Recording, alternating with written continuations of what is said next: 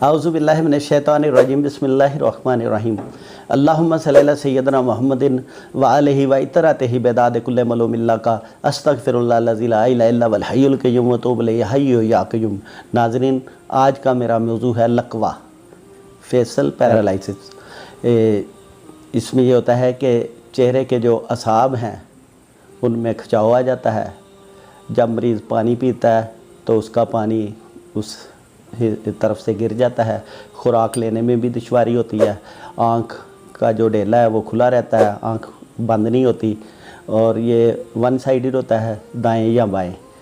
तो इससे असाब जो पट्टे हैं वो खींचे जाते हैं, और मरीज़ जब हंसता है तो उसका मुंह टेढ़ा हो जाता है, और जब वो बोलता है बातें करने में भी उसका चेहरा जो है वो टेढ़ा हो जाता है।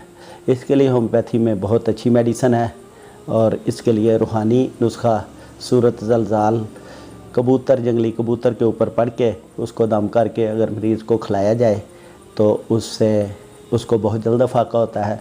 विटामिन A1 की कमी की वजह से भी ये मर्ज़ लाहक हो जाता है, तो ज़्यादा सर्दी लगने से भी ये मर्ज़ लाहक हो जाता है। नाज़रीन, मुझे उम्मीद है कि आपको मेरी ये वीडियो पसंद आएगी और आप इससे ज़रूर इस्तिफ़ादा करेंगे। जज़ाकल्लाह खैर।